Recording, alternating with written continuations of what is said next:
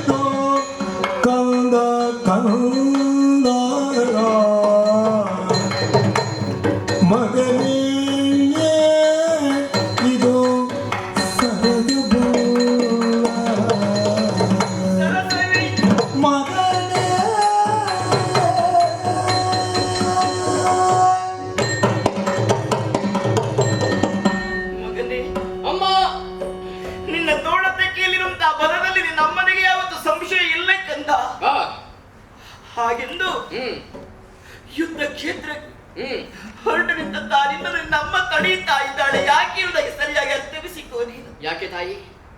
ಯುದ್ಧ ಎನ್ನುವುದು ಸರಸ ಇರುವುದಾಗಿ ಭಾವಿಸಿಕೊಂಡು ಮಗನೇ, ಚೆಂಡಾಟವಲ್ಲ ಮಗನವಿದು. ಹಾಗೆಂದು ನಿನ್ನಮ್ಮ ನಿನ್ನಲ್ಲಿ ಯಾವತ್ತು ಸಂಶಯವನ್ನು ವ್ಯಕ್ತಪಡಿಸಿದ್ದಿಲ್ಲ. ನನಗೆ ಹೆಮ್ಮೆ ಇದೆ ಮಗನೇ. ನಮ್ಮ ಹಸ್ತಿನಾವತಿಗೆ ಚಂದ್ರವಂಶಕ್ಕೆ ವೀರ ಯೋಧವನ್ನೊಬ್ಬರನ್ನು ಹಡೆದು ಕೊಟ್ಟಿದ್ದೇನೆ ಎನ್ನುವುದಾಗಿ ಹೆಮ್ಮೆ ನನಗುಂಟು ಮಗನೇ. ಯಾಕೆ ಬಲ್ಲೆಯ? ಮದುವೆಯಾದ ಹೆಣ್ಣೊಬ್ಬಳು ಅತ್ತೆಯ ಬಾಯಿಂದ ಮಗಳೇ ಎನ್ನುವುದಾಗಿ ಕರೆಸಿಕೊಳ್ಳಬೇಕು ಅಂತಾದ್ರೆ ಬಹಳ ಕಷ್ಟ ಪಡಬೇಕಾಗುತ್ತದೆ. ಆದ್ರೆ ಯಾವ ಕಷ್ಟವನ್ನು ಪಡದೆ ನಿನ್ನ ಅಜ್ಜಿ ಕುಂತಿದೇವಿ ಓಡೋಡಿಕೊಂಡು ಬಂದು ಆಡಿದ ಮಾತು ನೆನಪಿದೆ ಮಗನೇ. ಯಾವಾಗ ನಿನ್ನ ಅಜ್ಜಯ್ಯನ ಜೊತೆಯಲ್ಲಿ ನೀನು ಯುದ್ಧವನ್ನು ಮಾಡಿ ಭಾರತ ರತ್ನ ಇರುವುದಕ್ಕೆ ಪ್ರಶಸ್ತಿಯನ್ನು ಪಡೆದಿಲ್ಲ, ಆ ಸಂದರ್ಭದಲ್ಲಿ ಅತ್ತೆ ಕುಂತಿದೇವಿ ಮಗಳೇ ಸುಭದ್ರ ನಿನ್ನ ಗರ್ಭ ಪಾವನವಾಯಿತು ಅಂತ ಹೇಳಿದರು. ಅಂದು ಪಟ್ಟಂತಹ ಸಂತೋಷವೆಲ್ಲವೂ ಇಂದು ನಿರಾಶೆಯಾಗಿ ಹೋಯಿತಲ್ಲ ಮಗನೇ. ನಿನ್ನಲ್ಲೊಂದು ಮಾತು ಕೇಳುತ್ತೇನೆ. ಏನಮ್ಮ? ಇಷ್ಟರವರೆಗೆ ನಾನು ಯುದ್ಧಕ್ಕೆ ಹೋಗುತ್ತೇನೆ ಅಂತ ಹೇಳಿದಾಗ ನಾನು ಕಳುಹಿಸಿಕೊಟ್ಟವಳು ಯಾಕೆ? ಯಾಕೆ? ನನ್ನ ಮಗ ಅಭಿಮನ್ಯು ಕಾಣಿಸಿಕೊಳ್ಳಬೇಕೆಂಬ ಆಸಕ್ತಿಗೂ ಇತ್ತು ಮಗನೇ. ಆದ್ರೆ ಇಂದು ನೀನು ಹೋಗುವುದೆಲ್ಲಿಗೆ? ಎಲ್ಲಿಗೆ? ಚಕ್ರವ್ಯೂಹ ಎನ್ನುವುದು ಮೃತ್ಯುಕೂಪ ಮಗನೇ, ಮೃತ್ಯುಕೂಪ. ಯಾರು ರಚಿಸಿದ್ದಾರೆ? ಗುರುಗಳಾದ ದ್ರೋಣಾಚಾರ್ಯರು ರಚಿಸಿದಂತಹ ಚಕ್ರವ್ಯೂಹವನ್ನು ನಿನಗೆ ಭೇಟಿಸುವುದು ಬಿಡು. ಆ ಶಿವನಿಂದ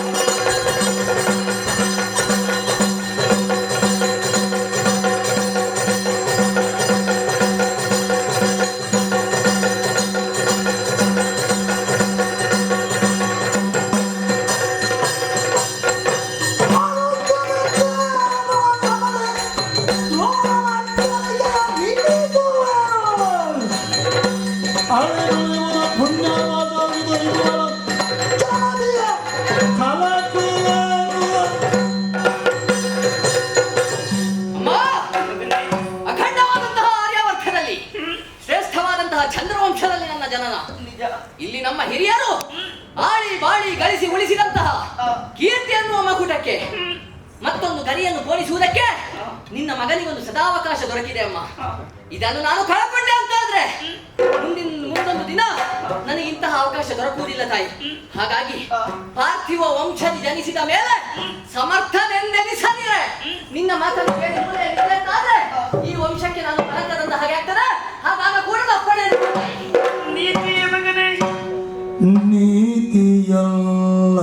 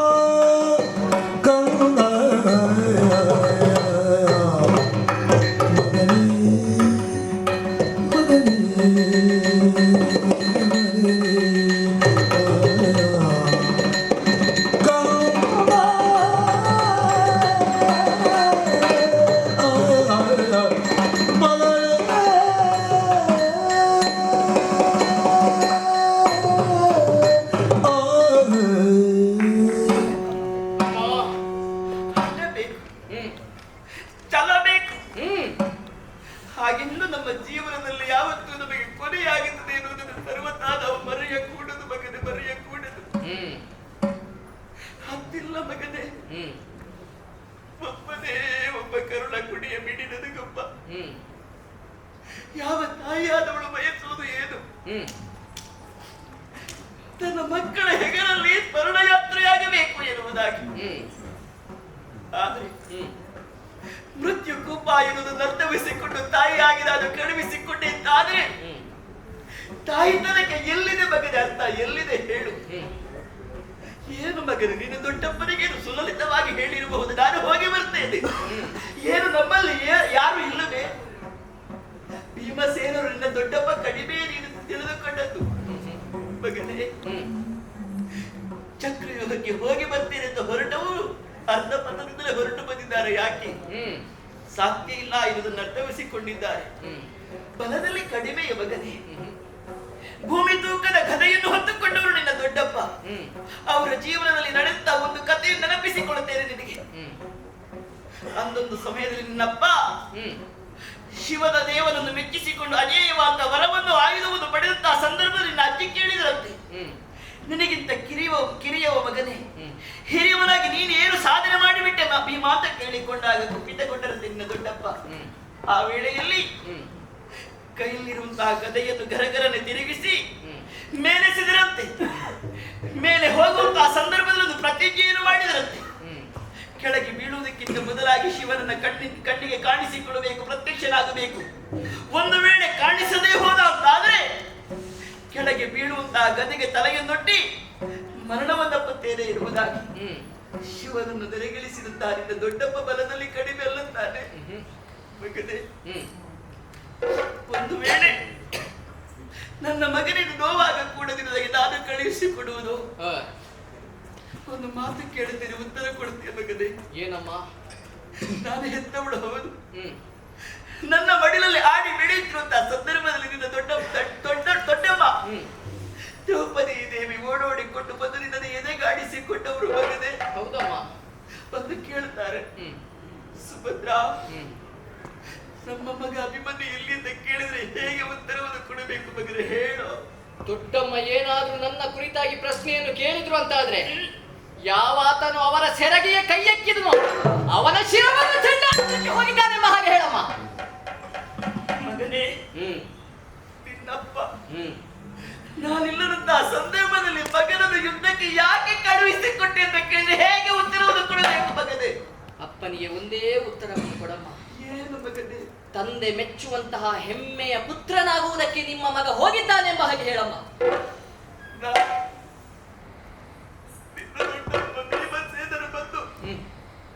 ಕುಮಾರನಲ್ಲಿ ಅಂತ ಕೇಳಿದ್ರೆ ಹೇಗೆ ಉತ್ತರಿಸಬೇಕು ಮಗನೇ?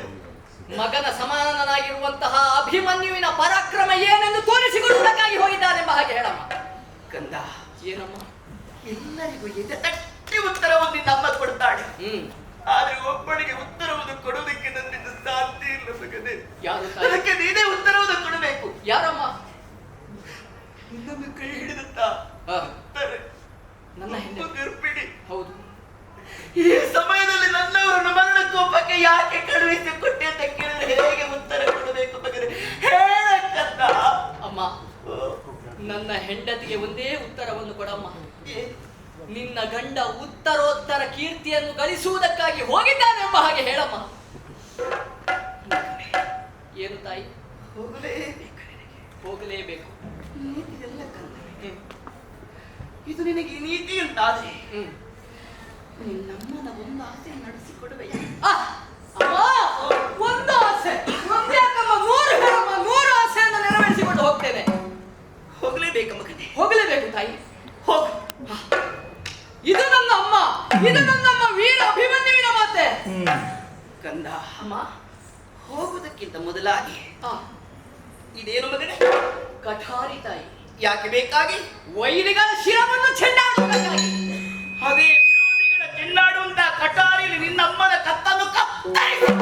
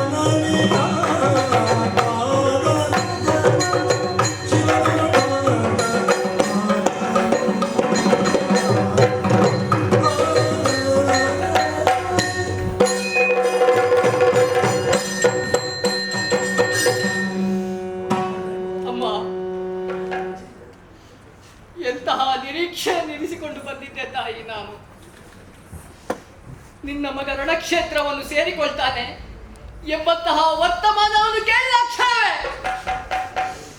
ಓಡೋಡಿ ಬರ್ತಿ, ನನ್ನನ್ನು ಎತ್ತಿಕೊಳ್ತಿ, ನನ್ನನ್ನು ಮುದ್ದಾಡ್ತಿ ಎಂಬ ಹಾಗೆಲ್ಲ ಭಾವಿಸಿದೆ ಅಲ್ಲ ತಾಯಿ.